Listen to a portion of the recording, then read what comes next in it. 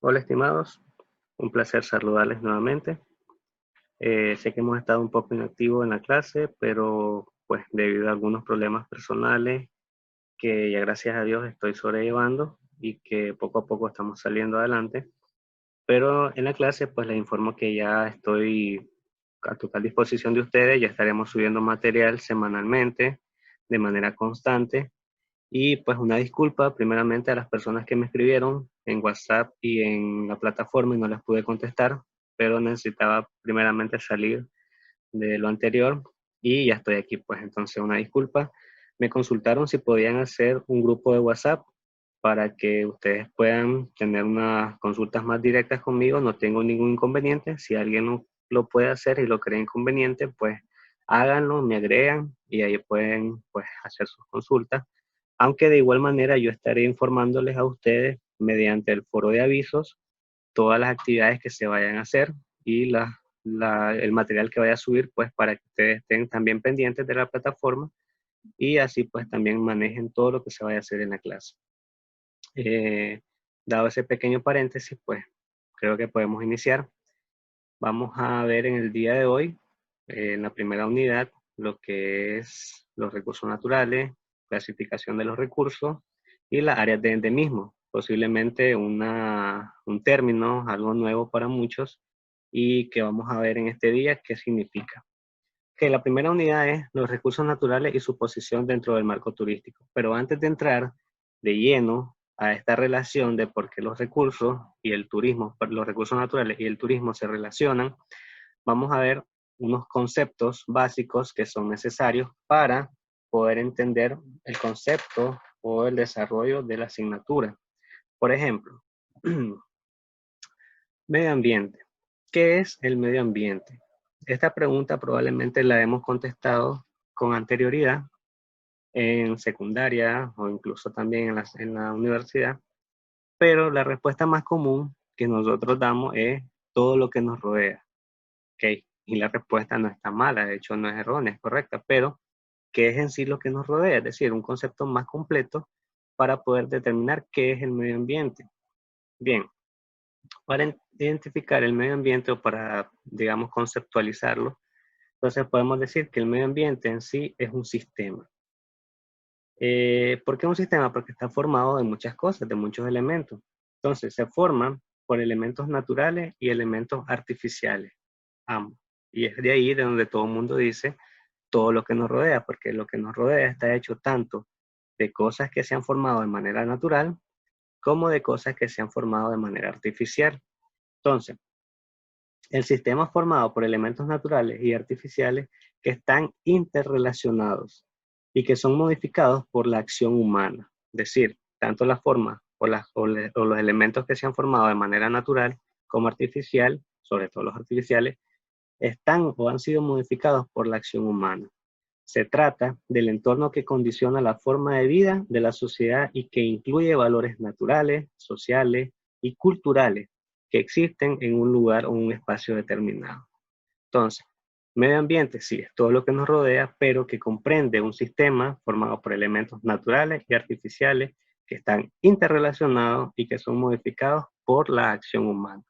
Entonces, ahí está incluido completamente el concepto del medio ambiente. Pero el medio ambiente es tan amplio que debemos de eh, separarlo o identificarlo por dos grandes áreas. Tenemos primeramente lo que es el medio ambiente natural, que, como la palabra lo dice, son las cosas o elementos que se han formado de manera natural, donde podemos identificar lo que es el clima, lo que es la geografía, la flora, la fauna, todos esos elementos que se desarrollan de manera natural conforman el medio ambiente natural. Y tenemos la otra gran área del medio ambiente, que es el medio ambiente cultural, que en el medio ambiente cultural entonces ya van lo opuesto, los elementos que son fabricados por el hombre o sus actividades socioeconómicas. Aquí ya va incluido lo que es la gastronomía, lo que es la cultura, lo que es todo lo que vemos en nuestro alrededor que no ha sido formado de manera natural, edificios, carreteras, buses, vehículos, ya. Entonces, todos esos elementos que son fabricados por el hombre o sus actividades, entonces conforman el medio ambiente cultural. Son las dos grandes áreas en las que se divide el medio ambiente. Bien, entonces, ahora el medio ambiente está conformado por recursos. Ya le llamamos recursos porque son medios o elementos que nosotros utilizamos como subsistencia. Es un recurso que nosotros utilizamos para subsistir. Entonces, estos recursos se dividen en dos grandes áreas. Los recursos naturales renovables, que vamos a ver qué significan. Los recursos renovables son aquellos recursos naturales que se regeneran en un intervalo de tiempo igual o menor al de su consumo. Entonces, este tipo de recursos se caracteriza por ser fácilmente regenerables, ya sea por procesos naturales o por acción humana, existiendo en una cantidad prácticamente indefinida. Es decir, en teoría se espera que estos recursos, por sus características, sean fácilmente regenerables, es decir, de que se pueden encontrar fácilmente y que su existencia en sí se espera sea ilimitada, en teoría. Pero hay ciertos recursos que si nosotros, perdón, ciertos recursos renovables que si nosotros no tomamos medidas necesarias para su preservación, pueden llegarse a extinguir. ¿Cuáles son estos recursos? Es decir, ¿cómo podemos identificar los recursos renovables? Dice, el que se regeneran en tiempo igual o menor al de su consumo y que se esperan que sean prácticamente de forma indefinida su existencia. Entonces, estos recursos podrían ser el agua, y es uno de los recursos que les decía yo, se espera en teoría de que sea renovable porque su regeneración es prácticamente menor al tiempo de consumo, pero que si nosotros no hacemos el uso adecuado de este recurso, sí puede llegarse a extinguir y a no renovarse de manera tan rápida como la de su consumo. Entonces, otro recurso renovable podemos decir también que es la energía solar, porque en teoría, como les digo, se espera que el sol siempre esté brindando energía, y por lo tanto la energía solar siempre va a estar ahí, se va a utilizar, se va a consumir, y el tiempo de regeneración es prácticamente inmediata. Ya, siempre se está recibiendo energía solar. Otro recurso renovable, también la energía eólica, que se puede adquirir a través del viento, que igual su consumo prácticamente, su regeneración es inmediata. Y otro recurso natural es la madera. ¿Ya? Otro recurso renovable es la madera, que pues también vemos de que se regenera, no en la misma cantidad del consumo, pero sí es una regeneración válida para caracterizarse como un recurso renovable porque es prácticamente indefinida. Es decir, aunque nosotros sabemos los grandes problemas de deforestación y de tala de madera que hay en el mundo, igual siempre los árboles están creciendo y además que la acción humana puede interferir en que este recurso se pueda renovar con mayor facilidad. Entonces, estos son algunos de los ejemplos, pues tenemos muchos, pero son algunos de los ejemplos que se consideran como recursos renovables. Entonces, vamos a pasar a los recursos no renovables, que en teoría sería lo contrario, ¿verdad? Entonces, los recursos no renovables son aquellos recursos naturales cuya regeneración se da a un ritmo mucho más lento que su consumo, por lo que su cantidad es limitada. Debido a ello, estos recursos son agotables. Entonces, si nosotros también, en este caso los recursos no renovables, se regeneran, pero tienen un tiempo mucho más largo de regeneración. Entonces, no son tan fácilmente de encontrar o de regenerarse. Por lo tanto, son limitados. Es decir, una vez que estos recursos se agoten de la Tierra, no va a haber manera de poder encontrar más por el hecho de que estos recursos no pueden ser influenciados por la acción humana para volverse a crear. ¿Cuáles son estos recursos que no pueden ser o que no son renovables? Es decir, que si se llegan a extinguir no vamos a poder encontrar más en la historia del ser humano. Bien, los ejemplos podría ser el gas. Lo represento así pues porque no tengo una imagen en donde pueda representar en sí lo que es el gas. No es el gas butano, sino que en sí el gas. El gas butano ya es un gas formado a base del otro recurso no renovable que es el petróleo, ¿ya? pero en sí el gas, el gas que es creado por la acción natural, que es la fuerza que se encuentra en el núcleo de la Tierra, ese gas también es un recurso no renovable que no se regenera tan fácilmente. El petróleo, que es un recurso igual que no puede ser fabricado o creado de manera artificial por el ser humano, entonces es un recurso no renovable. Si se extingue, no podemos encontrar petróleo, no podemos hacer petróleo, al menos todavía no ha habido ninguna persona que pueda fabricar petróleo, porque esa persona sería la más rica del mundo. Entonces, no hay un componente todavía que pueda crearlo de manera artificial. Y también podemos decir que otros recursos no renovables son los minerales que encontramos en la tierra. Ya, cualquier tipo de mineral, el hierro, el oro, el cobre, ya, todos estos minerales no se pueden fabricar de manera artificial. Entonces, una vez que se extingan, no vamos a poder encontrarlos nuevamente. Aparte, su regeneración o su formación dilata años y muchísimo más tiempo que cualquier otro recurso renovable. Entonces, la diferencia entre ambos, para que podamos quedar claro, un recurso natural renovable se regenera en un tiempo igual o menor al de su consumo, y estos también pueden ser influenciados por la acción humana, como por ejemplo decíamos en el caso de la madera. Mientras que los recursos no renovables toman un tiempo muchísimo, muchísimo más grande para poderse regenerar, y que estos son limitados. Es decir, una vez que estos recursos se extingan, ya no vamos a poder contar con ellos nunca más. Tomando en cuenta esas características, vamos a hacer un trabajo en el EVA que ya más adelante se los voy a mostrar. Bien, ahora, las características en sí, la clasificación antes era en base a los recursos que se renovaban y los que no se renovaban. Pero ahora vamos a identificar lo que son los recursos naturales según sus características, para ver cómo se clasifican según sus características. Entonces, los recursos naturales pueden clasificarse en 4 grandes grupos por las características que presenten. Tenemos los geológicos. Los recursos geológicos, pues los podríamos denominar como todos aquellos recursos naturales que el hombre extrae directamente de la tierra. Es decir, aquellos recursos que son directamente extraídos de la corteza terrestre, de la tierra, de la profundidad de la tierra. Estos pueden tener una utilidad como son, digamos, los minerales o las mismas rocas, ya que pueden tomarse como recursos, pero geológicos porque son extraídos de la tierra.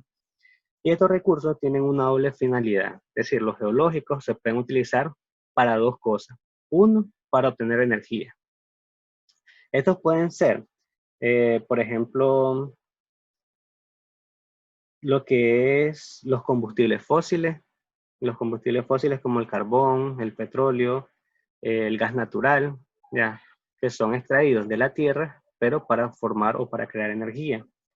Y la otra finalidad de los recursos geológicos es para la producción de bienes, es decir, para poder crear o fabricar productos, como por ejemplo lo que son los minerales y las rocas. Por ejemplo, los minerales podría ser el oro, podría ser la plata, el cobre, que son formados o que pueden ser extraídos para crear lo que son bienes, para producir bienes.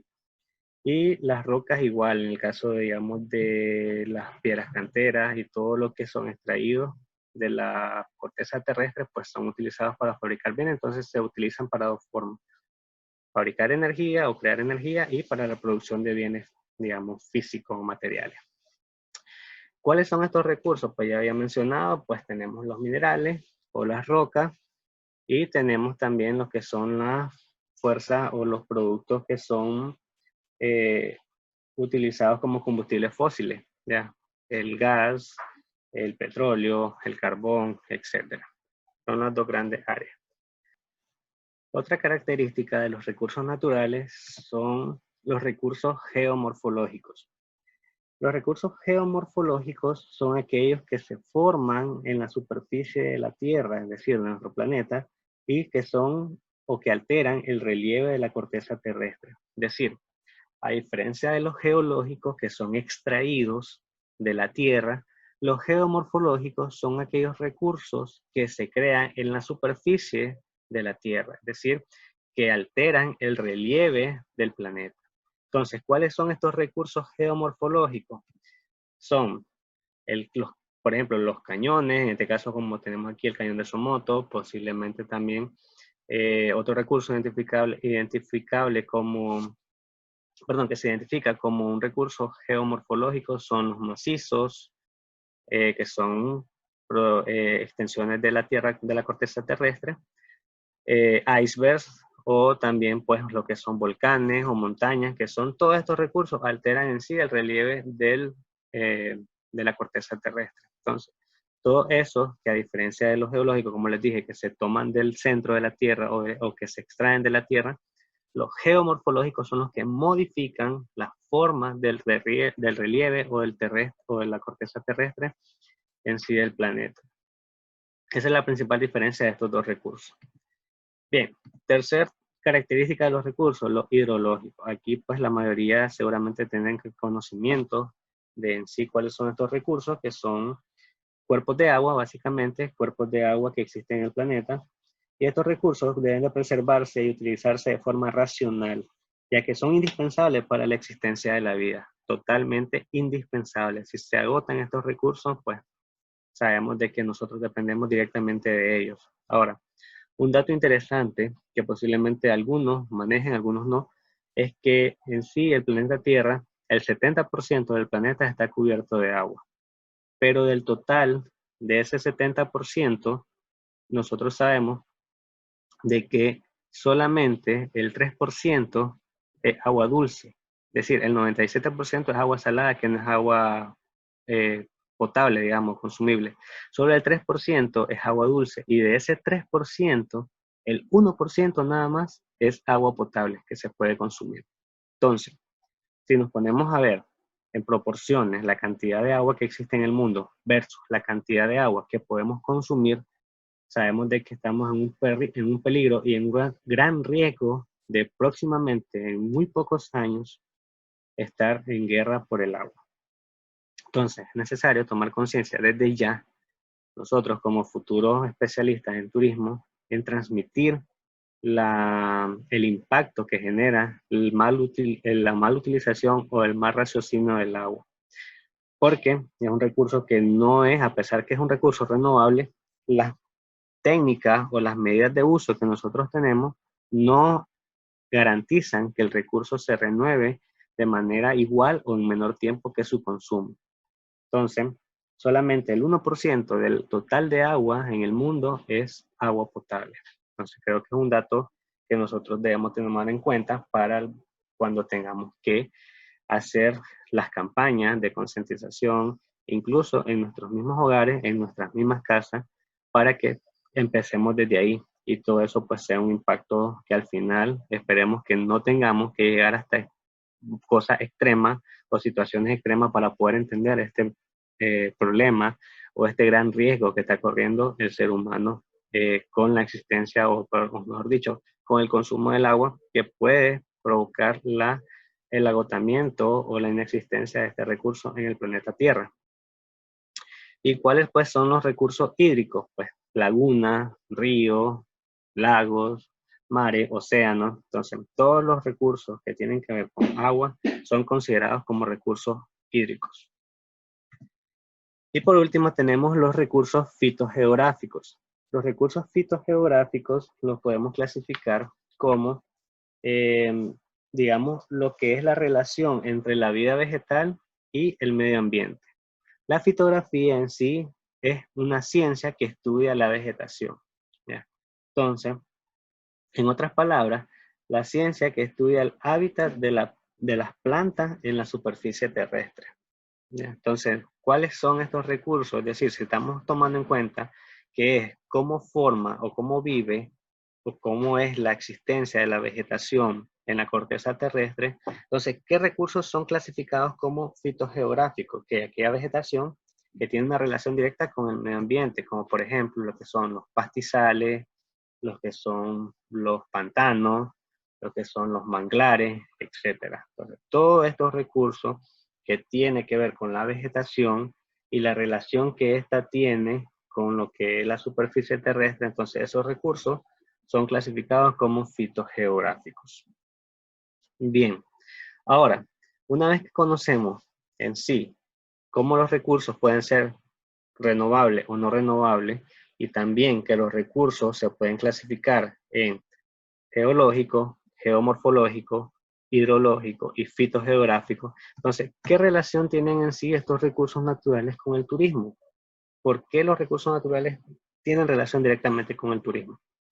Sencillo, porque en sí estos recursos, o hay algunos recursos que por sus características propias hacen viables que sean visitados por personas, en este caso, digamos, por turistas, ¿ya? Entonces, tienen ciertas características que hacen propicio que puedan ser visitados y que también no pueden ser creados por el hombre. Estos recursos, que son de manera natural, no son creados por el hombre, por lo tanto, eh, el hombre hace utilización o aprovecha estos recursos para sacar un beneficio. Por eso se llaman recursos, porque de ahí nosotros tomamos o los utilizamos para poder subsistir, para obtener un recurso de subsistencia.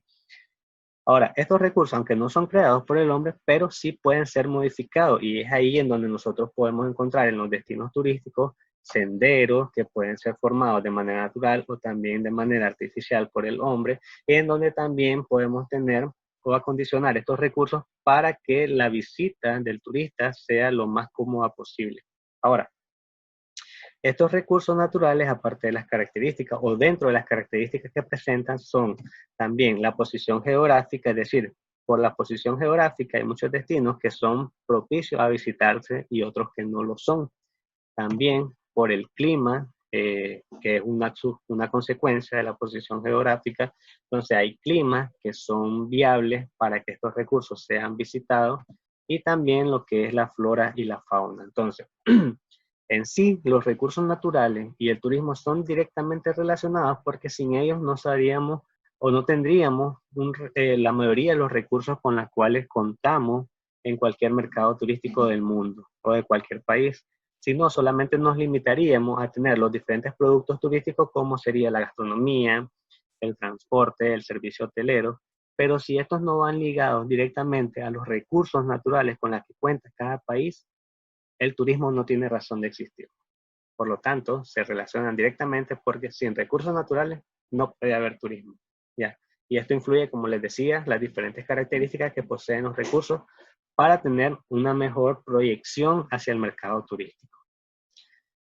Ahora, viendo esto, vamos a pasar al siguiente tema, que son las áreas de endemismo, y saber qué es esto de área de endemismo, qué significa, qué incluye o qué incluye en esta área. Bien, ya lo vamos a ver ahorita. ¿Qué es el endemismo? Lo que muchos se deben estar preguntando. ¿Qué son estas áreas? Bien, endemismo es el estado ecológico de una especie que es única para una ubicación geográfica definida. Bien, ahora, muchos se estarán todavía preguntando qué es todavía, porque esa definición no está muy clara, pero es lo que es la definición oficial o el concepto científico de qué es un área de endemismo. Entonces, más claro sería: una especie es endémica de un lugar cuando se encuentra de manera natural solo en un área geográfica determinada y en ningún otro lugar del mundo. Es decir, estas especies solamente se pueden encontrar de forma natural, es decir, oigan, de forma natural en un área geográfica determinada, porque pueden ser tomadas y pueden ser llevadas a otro espacio o a otro lugar geográfico, pero no de manera natural. Es decir, estas especies, su sistema o su organismo están diseñados para sobrevivir solamente en una cierta área geográfica determinada. Entonces, estas áreas eh, endémicas, los más comunes, ¿cuáles son, digamos, si nos ponemos a pensar? ¿Cuáles son las áreas endémicas más comunes? Tienen que ser áreas en las cuales el ser humano y también otras especies no influyan directamente para que estas especies se extingan. Es decir, por las ciertas características de un área, entonces propician a que haya mayor grado o una tasa mayor de especies endémicas en esos lugares. ¿Cuáles son estos lugares que comúnmente tienen o poseen especies endémicas? Ojo, esto puede ser tanto de flora como de fauna.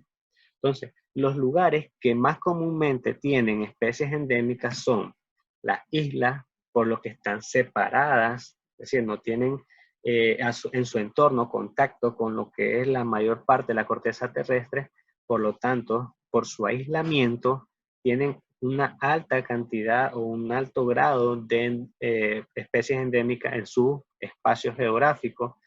Otros lugares son los volcanes, ya, por lo que igual, por su altitud, por su distanciamiento, entonces también son lugares propicios para que existan especies endémicas, y todos los que son también las cordilleras, los espacios de altura, los espacios que están distanciados de lo que es la sociedad, de lo que es la mayor parte de la corteza terrestre. Entonces, estas áreas son las más comunes en el mundo en donde podemos encontrar especies endémicas por su aislamiento geográfico, ya, su aislamiento de espacio, donde estas especies pueden desarrollarse de manera natural sin tener afectaciones por el ser humano o por algunas otras especies que puedan amenazar su existencia. Bien, veamos cuáles son, digamos, en el mundo los lugares que tienen mayor cantidad de especies endémicas, que tengan una tasa alta de especies endémicas. En primer lugar, podemos decir Australia. Como pueden observar, Australia está, y todo lo que es la parte de Oceanía, pues prácticamente solo islas, entonces están distanciadas del resto de lo que es de los demás continentes, y por lo tanto eso propicia de que en esta área haya una tasa elevada de especies endémicas. Entonces, por el distanciamiento geográfico, esto propicia que tengan una tasa alta de endemismo. Otro lugar en el mundo que tiene una tasa alta de endemismo es Madagascar. Pueden ver la isla de Madagascar, está en la parte sur de África.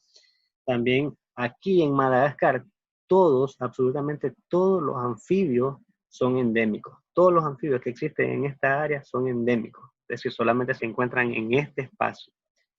Y además, en la que es la flora, aproximadamente el 80% de sus plantas no se encuentran en otra parte del mundo, solamente en Madagascar. Entonces, son dos áreas altas,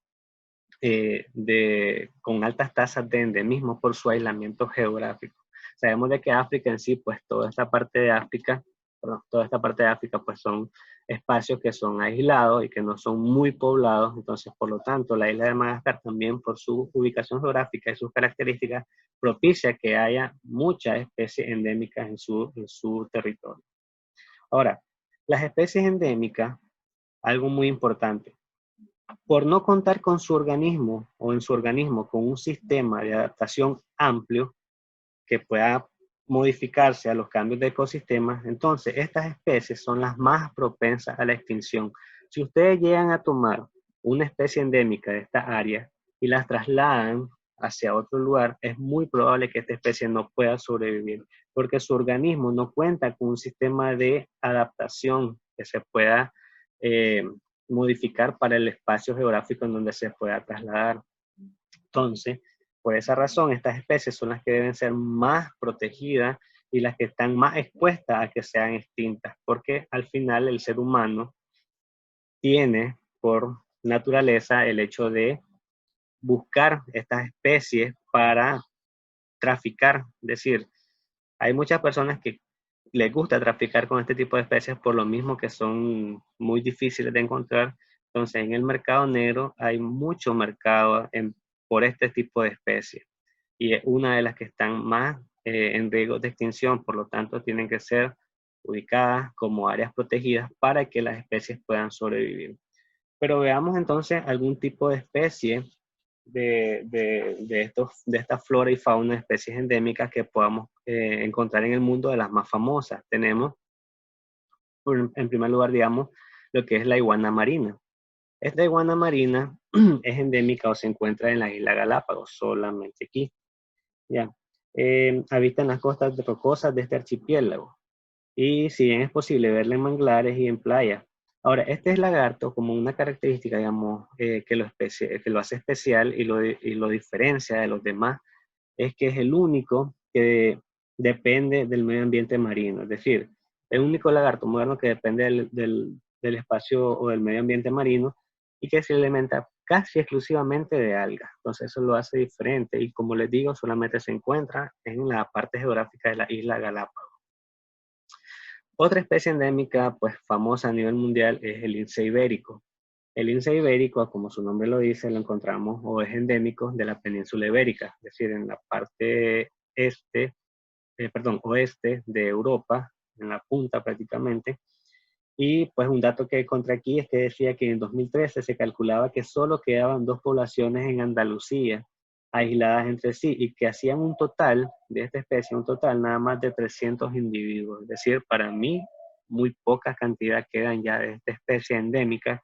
Es decir, 300 en toda la parte de la península ibérica, 300 linces ibéricos es una cantidad muy poca. Entonces está en un alto riesgo de extinción. Otra especie que es endémica y que es muy famosa en el mundo es el pinzón azul. Esta ave es endémica de las Islas Canarias. Entonces, se puede encontrar solamente en esta parte, en lo que es las Islas Canarias. Y en las Islas Canarias también podemos encontrar, si estamos hablando, digamos, de especies endémicas de fauna, también podemos encontrar flora, como por ejemplo lo que es el árbol de drago.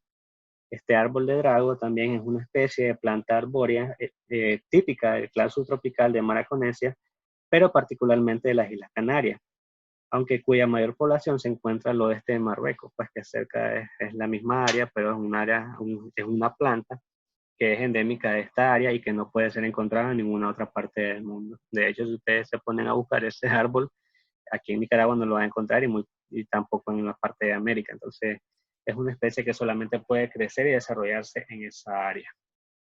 Bien, ahora si nos ponemos a pensar, bien, ya vimos los más famosos, digamos, a nivel del mundo, o una de las especies más famosas. En Nicaragua contamos con muchas especies endémicas. De hecho, pues es una tasa alta, no es excesiva, pero es una tasa alta de endemismo, por lo que contamos también con áreas que tienen las características de estas especies endémicas, de las áreas geográficas que contienen especies endémicas, como lo habíamos dicho, la isla, los volcanes, sabemos que nuestro territorio está lleno de volcanes, montañas, cordilleras, entonces tenemos una tasa alta de endemismo. ¿Cuáles son, digamos, dentro de los más famosos en Nicaragua? La salamandra del Mombacho. La salamandra del Mombacho, por su nombre, pues lo ubicamos que solamente se encuentra en la Reserva Natural Volcán Mombacho, y es una salamandra de las más incógnitas, que son de las más incógnitas en nuestro territorio, y pues de manera endémica se encuentra en un bacho y no vamos a encontrarlo en ningún área, en ningún otro lugar en Nicaragua. Otra especie de las más conocidas que son endémicas en Nicaragua es la rana leopardo. La rana leopardo es endémica del área de la isla de Corn Island. Ya tenemos dos espacios geográficos que tienen las características de las áreas endémicas. Primero el volcán Mombacho y ahora la isla de Corn Island. Entonces, la rana leopardo es endémica de esta área y podemos encontrarla solamente en la parte de la costa caribe, en Corn Island. También tenemos la rata rosera, y me disculpan para las personas que no les gustan los ratones, pero la rata rosera es también endémica de la parte del Rama, que sabemos que es un área distanciada también de nuestro territorio, entonces ahí podemos encontrar este tipo de especie endémica. Tenemos también lo que es la ardilla endémica nicaragüense. Esta especie es endémica de la isla de Ometepe, ya otros lugares, otros espacios geográficos que tienen las especificaciones y características de un área endémica, y pues la podemos encontrar en este lugar, en la isla de Metepe.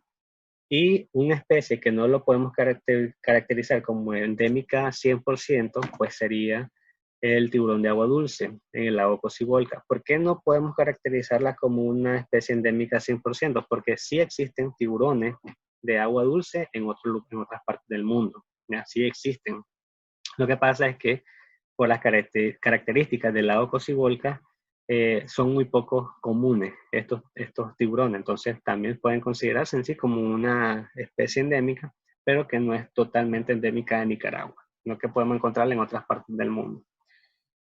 Y así podemos continuar con la lista. Hay ciertas especies, como por ejemplo la tortuga marina carey, la tora, la águila arpía, el quetzal, las lapas rojas o lapas verdes. Hay una cantidad grande de especies endémicas en Nicaragua, pero estas son, digamos, como que las más influenciables, las más conocidas en Nicaragua.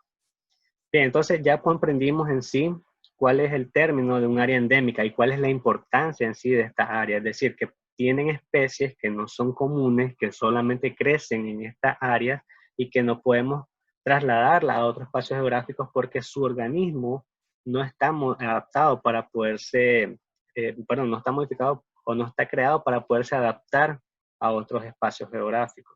Entonces, las áreas de endemismo generalmente son consideradas como áreas protegidas o son establecidas como áreas protegidas, que eso lo vamos a ver más adelante dentro del tema de las áreas protegidas. Entonces, la importancia de ellas es que tienen especies que son de suma distinciones a nivel mundial y que por lo tanto pues deben de ser preservadas para evitar su extinción.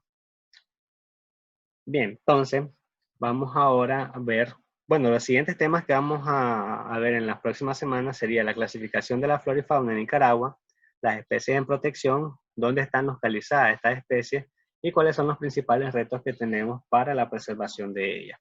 Entonces, para esta semana, ustedes van a acumular o van a hacer un trabajo que van a ser los primeros 10 puntos que vamos a acumular. Es una prueba que van a hacer en el EVA, va a estar habilitada desde hoy 6 hasta el viernes 12, este viernes que viene, hasta el viernes 12. Eso va a estar hasta las 11 de la noche. Una vez que ustedes inicien a hacer la prueba, esa prueba dura 30 minutos, ya sea que la hagan mañana, ya sea que la hagan el lunes, ya sea que la hagan el martes, miércoles, no importa, pero cuando ustedes empiecen a hacerla, les va a durar solamente 30 minutos. Van a identificar en esa prueba, van a identificar si el recurso es renovable o es no renovable. Van a haber dos puntos en la prueba. Identificar si el recurso es renovable o no renovable y también en la otra parte van a identificar qué característica tiene el recurso, es decir, si es un recurso geológico, si es un recurso geomorfológico, un recurso hidrológico o un fitogeográfico. Entonces, esa prueba va a estar en la plataforma, va a aparecer como prueba en línea número 1 o va a salir como identificación de los recursos, ahí se los voy a poner, y ustedes entran y la realizan. Solamente es clasificar los recursos nada más. 10 puntos va a durar la prueba y 30 minutos, perdón, 10 puntos cuesta la prueba y 30 minutos va a ser la duración. Entonces, estoy dispuesto o pues atento a cualquier consulta que tengan de los trabajos. Si van a hacer el grupo, agréguenme y hagan las consultas por ahí, no tengo ningún inconveniente. Y pues eso sería todo por el momento. Cuídense mucho y estamos siempre en contacto.